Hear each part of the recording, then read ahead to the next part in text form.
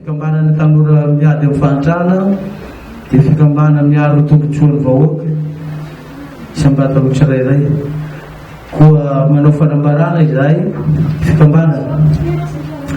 Izahay fikambanana tanora miady amin'ny fahantrana dia manoloana hatrany ny fitondrana tarihin'ny filoha Repoblika Madagasikara Andriamatoa Rajaomampianina izay mijoro ankehitriny.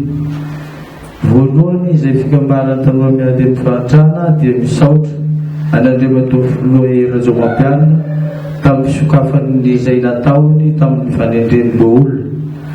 Misaotra ny filoha Repoblika ihany koa izahay tamin'ny fanendren'Andriamatoa Honoré Rakotomanana manam-pahaizana manokana momba ny lanam-panorenana izay voatery sy natera ka lasa voafidy filohan'ny antenimieran-doha olona amin'izao fotoana izao. Manoloan'ny toetra ara-pirenena misy ankehitriny, izahay dia miombo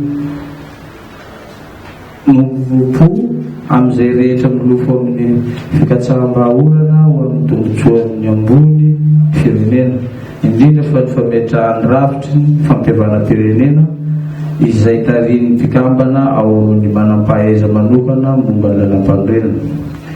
Miseho lany ny fanehoan-kevitra amin'ny fametrahan'ny Praiminisitra lehibe ny governemanta amin'izao fotoana izao.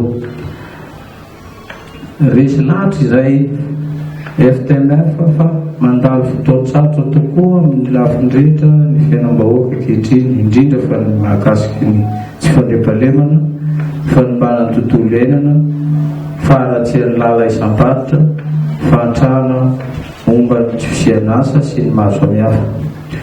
Noho izany rehetra izany dia mitaky olona afaka hanaraka sy hanatanteraka ny teny filamatry ny filoham-pirenena Repoblika manao hoe mba hanompo vahoaka fa tsy tompon'ny vahoaka.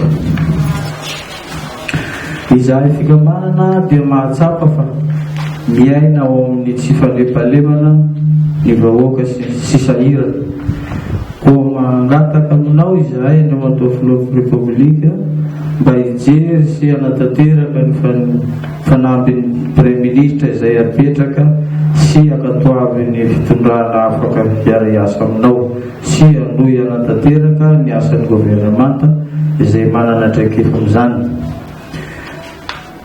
Hampandroso ny firenena ary tsy mbola hita taratra teo amin'ny sehatra politika, manana traikefa amin'ny fivoarana sy fanondrotana ny orinasa malagasy, mikendry hatrany hampivoatra ny tantsaha sy ny vahoaka malagasy manontolo, mahay mitantana bonne gouvernance ary mahakasitraka ny fitsinjarana ara-drariny sy fiarian-karena isam-paritra, mahay mifandray amin'ny marim-pana politika, amin'ny mpandraharaha sy amin'ny sokajin'olona rehetra na eto Madagasikara na any ivelany.